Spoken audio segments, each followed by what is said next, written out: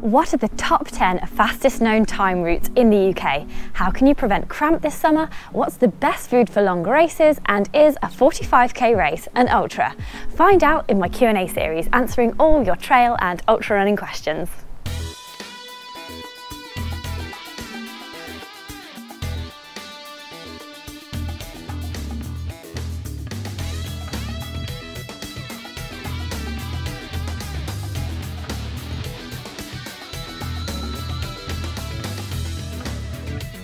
Hi, I'm Claire and you're watching Wild Ginger Running, the trail and ultra running advice and inspiration channel. This is my running Q&A series, and now that I've been answering your questions on YouTube for a couple of years, it's worth knowing that if you type your query into Google and then type Wild Ginger Running after it, you'll hopefully be shown a blog post or a video answering your question, so give it a go.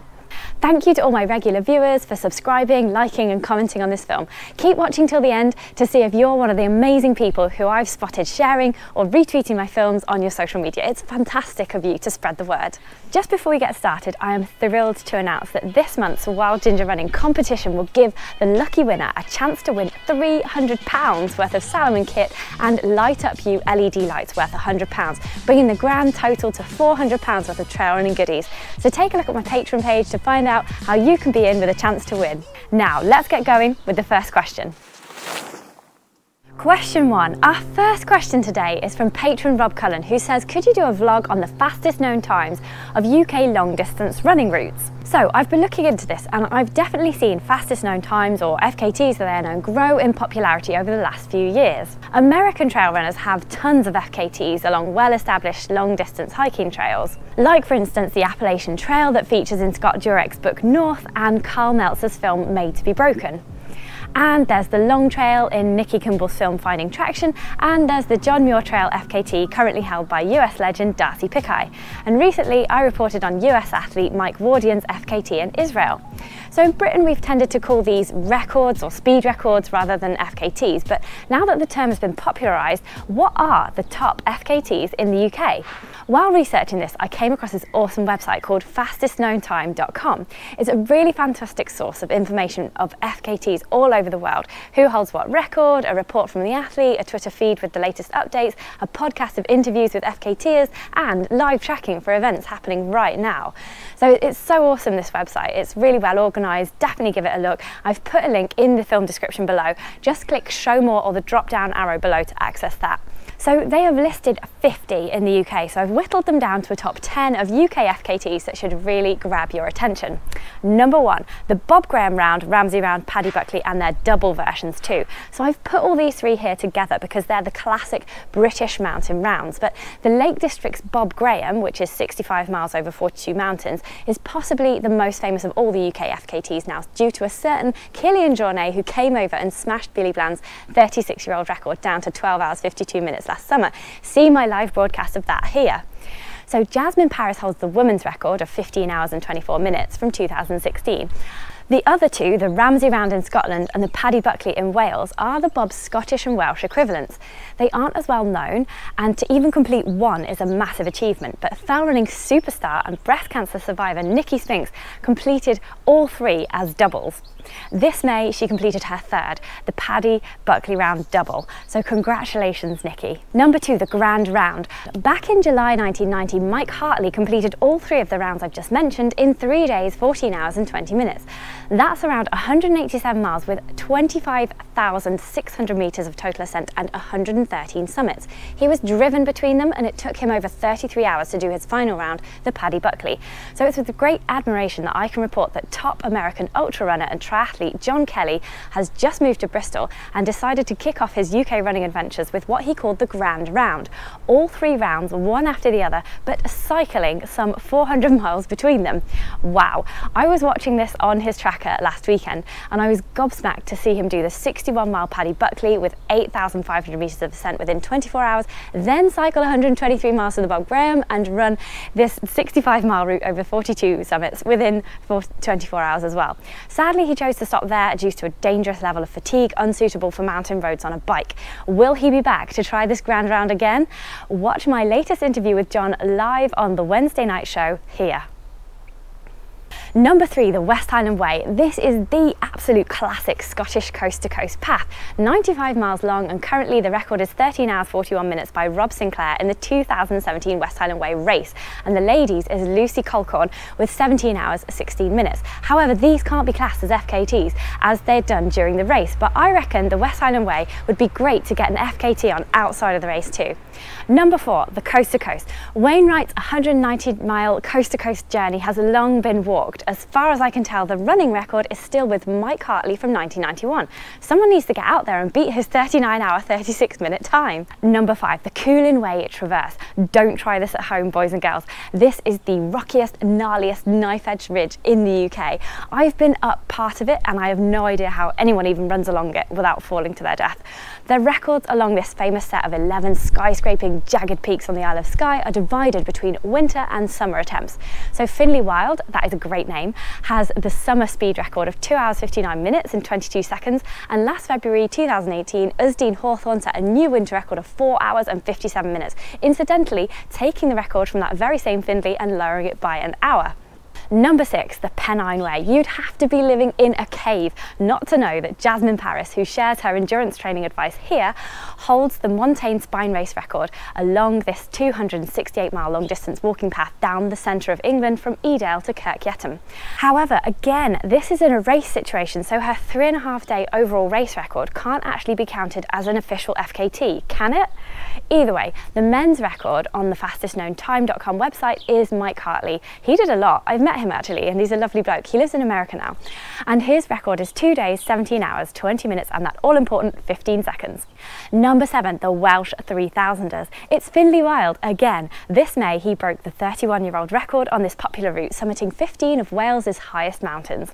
This is the quintessential Welsh running route, including nipping over the knife-edge ridge of Crib Goch, which as we heard from Lowry Morgan in her live chat last week, means red comb in Welsh. Finlay really excels at these narrow, rocky ridges with buttock-clenching drops that would have most of us hanging on for dear life. He is a true mountain goat. He also just smashed the Snowdon Horseshoe FKT, which includes Crib Goch again. Amazing. I'm going to see if Finlay will come on and chat to us on one of the live shows this summer to tell us the secret of his fancy footwork, so stay tuned. Number 8, the Thames Path. Ramping it down a notch as we travel down south now, you've got to include a nice FKT in the London area. And what could be more fitting than the Thames Path? 184 gently undulating miles following the UK's most famous river from its source in the Cotswolds. The men's record is 1 day 16 hours from Mark Denby, and not far behind Karen Hathaway for the ladies with just under 2 days.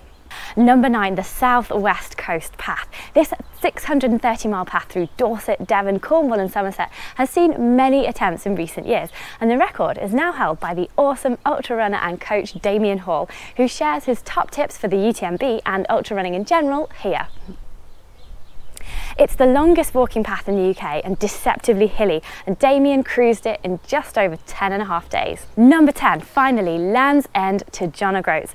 This is possibly the most well-known long distance route in the UK and more popular with cyclists, as it's a massive 800 to 900 miles from Land's End in Cornwall to John O'Groats at the most northeasterly tip of Scotland. It's known as Le Jog, or in the other direction, the Joggle. People do run it, and there's a record from 2001, Andrew Rivet, in just over 9 days. James Williams was attempting to create a world record on the Le Jog route in late May this year, but stopped after 337 miles. So that's my top 10, but there are loads more, and there are lots around islands or countries like the Isle of Wight Coast Path and the Wales Coast Path, and there's some super long obscure ones I've heard of, like the 615-mile Monarch's Way from Worcester to Brighton, and intriguing ones like Isaac's Tea Trail in Northumberland, described as England's last great undiscovered wilderness trek. So let's not tell anyone else about that then. Shh. So take a look at the Fastest Known Times website and let them or me know if we've missed out a super popular British FKT that needs shouting about. And just before I move on to the next question, I really want to read this to you from John Kelly's blog, which explains why he created his epic FKT challenge, the Grand Round. It really resonates with me. So John says, to do those events, we have to limit ourselves to the distances, the venues and the types of events that others have decided to organise. I was a triathlete who hated swimming. Now I'm a mountain runner who loves cycling in locations and over distances that don't exactly fit the typical duathlon mould. So what do? I made my own challenge with loads of mountain running and road biking. I didn't set this up to compare myself to anyone or anything else. So don't just choose from the options set before you. If it doesn't exist already, then go and create it yourself. It might not be easy, but unless the goal is to compare yourself to others, there really is no reason to stick to organised races. So that's from John's blog, which I've linked to in the description below. I think his words here are fantastic because lately I've been thinking similarly. I love races and I really like doing them too, but my favourite thing is to do a journey over several days. So I've devised my own trip around the entire coast of the Isle of Man this July, running this 100-mile path in 6 days with about 15 miles a day. I definitely can't call it an Isle of Man FKT because although the route isn't registered on the FKT website, I know people have run it in one go before, and a lady called Olivia Newstead is going to attempt it in 24 hours in June, and I'm hoping that I can interview her along the way. So maybe this is something called a TEW, Isle of Man the Easy Way. I quite like that. I'm quite into doing some of these epic long race routes over a few days rather than non-stop in the darkness, so I can really savour the experience and views and have a really good time and make a film for you guys. I've always thought that races like the UTMB, the Dragon's Back and the Spine Race would be amazing over a couple of week-long trips someday. Anyway, back to this summer. For my Isle of Man trip, I hope to set up a tracker and do daily films and social media updates so you can see how I go and maybe be inspired to take your next trail running holiday to the Isle of Man. So this week's question I'm going to put at the beginning this time. If you were to plan your own trail running route, an FKT or a TEW, the easy way, where would it be and why? If you like this idea but you don't know how to get started with planning a great trail running route, check out my How to Plan a Trail Running Route film that I recently made with Bridgedale socks in the link in the description below. Quickfire questions. Joe O'Regan is thinking of doing a 45-kilometre trail race in the Wicklow Mountains. Does that qualify as an ultra? Well, Joe, an ultra is quite simply anything over the marathon distance of 26 miles, which is 42k. So yes, 45 kilometres is your first ultra, and a very good one too. I'm a big fan of building these things up slowly, so next you could do a 50k race and so on. Build up one park run at a time. Justin says, should he get a 12-litre pack even though he won't be running more than 10 miles? So this depends on what you need to carry. If you're doing 10 miles in remote mountains in winter, you might need that capacity for extra layers and safety kit and food. But if you're running around a local country park, I'm sure 3 to 5 litres would be sufficient. My favourite smaller pack is the Salomon S-Lab 5 set. There's a link in the film description below. Patron Robert Jordan said he had cramps in his legs during a hot 20-miler where he only drank 1 litre of water. Yes, definitely, Rob, I would drink to thirst and try to fill up somewhere on the way round if you can, so that you don't have to carry more than 1 litre at a time. I would also pop an electrolyte tablet or a pinch of salt disguised with squash into your water as a good way to replace the salt that you lose through sweating. Some people also say that drinking tonic water before or after running helps because of the quinine it contains, and the Americans swear by pickle juice to ward off cramps. They even have boxes of it at checkpoints in races, like this photo from Tom Avery shows. On to food now. Oliver Reed asks how he can improve his fuel intake on longer races. I too find it difficult to eat on longer races if I'm working hard. It's easier if you take things steady, eat slippery foods and wash it down with water. Once I ate a higgidy quiche on a 42-mile race, which was delicious, but I wasn't going very fast and it was still quite tricky with the packaging and it was quite crumbly as well, so maybe not recommend that. You have to experiment though with what your own body can take. No one can really tell you you must have this or you must have the other thing. So you could try making your own trail mix, you could try jelly babies, flapjack bites, pork pies and even gels. There's a great DIY energy balls recipe from sports nutritionist Anita Bean's book, The Runner's Cookbook, and a film with 17 long distance food ideas on this channel. So I've linked to all these other films about nutrition in the description below, as I've run out of the little cards that pop up on the top left here, because YouTube only gives you 5 per film. Pins and the Good Life asks if it's best to take your shoes off for a water crossing on a dry course. Will you regret it later on? This is a great question. I'd say no to save time and faff, because if you've got a pair of quality quick drying sports socks on, my favourites are Bridgedale, I'll put a link in the film description below, and a well-fitting trail running shoe that doesn't let your foot slide around, then your socks and shoes should dry out on the rest of the course, especially if it's dry. Sometimes it's also a nice way to keep your feet cool too, especially if it's a hot day. Carol J has been watching my latest gear review of the LED Lenser M11 head torch, and she wants to know if she should take a spare battery for her Petzl now or just another small emergency head torch.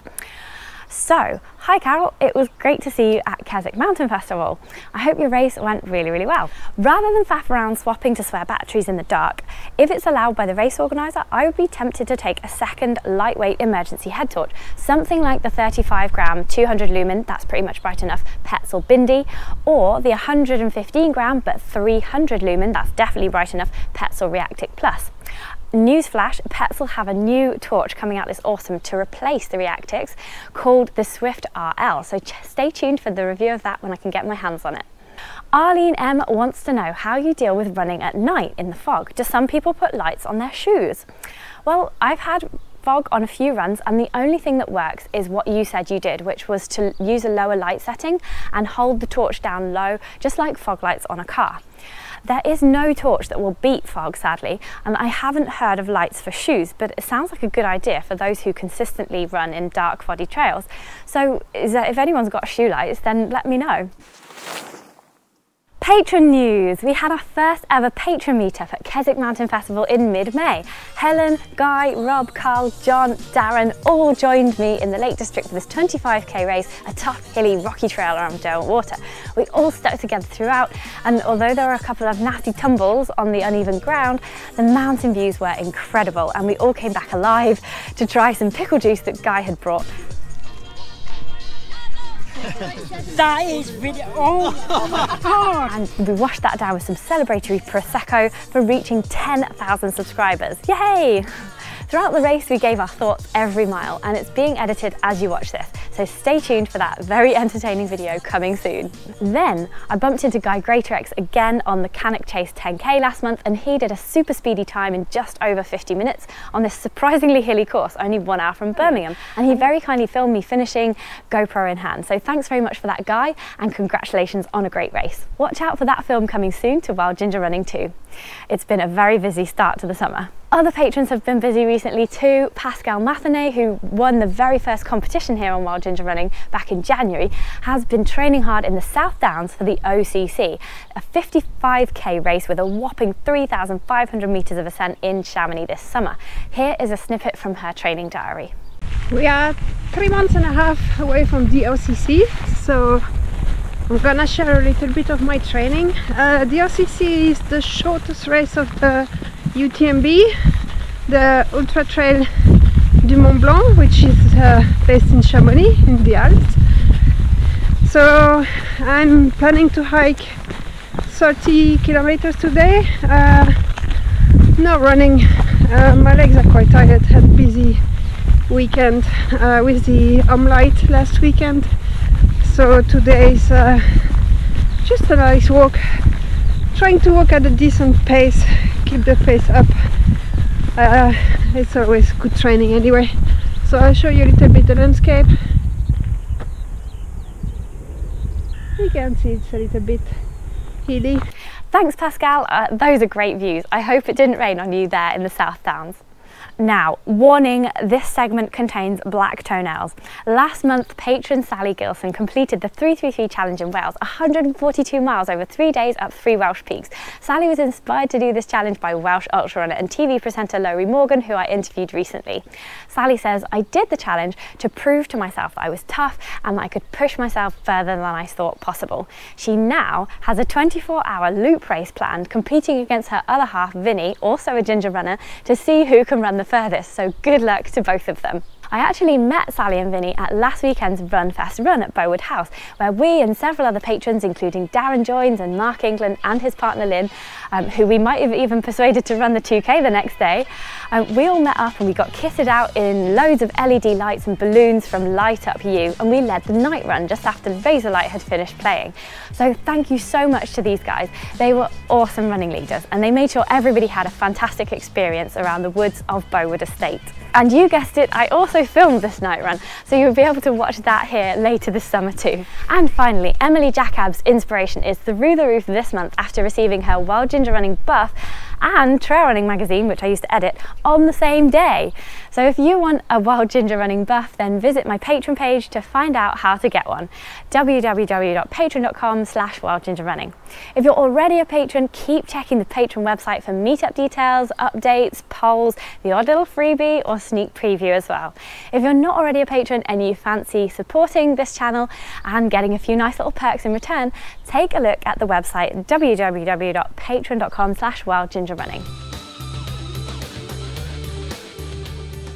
Gear. A little bit more news from you to start the gear section this week. Paul J has been watching my How to Wear a Buff film and has another use for these stretchy tubes of fabric, a bottle sling. Nice one, Paul.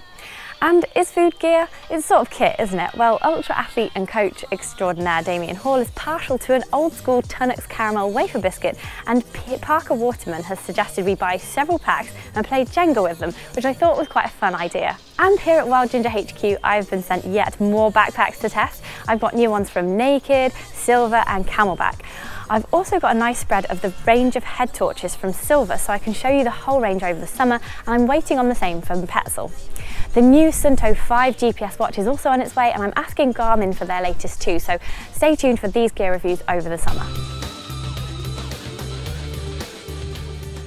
It's question time. Last time I asked you what is your favourite race gear. So Robin Wooters says his is the Ultimate Direction Durek FKT vest, which features a bigger size than the other Ultimate Direction models. Good choice, Robin, and that is a great vest.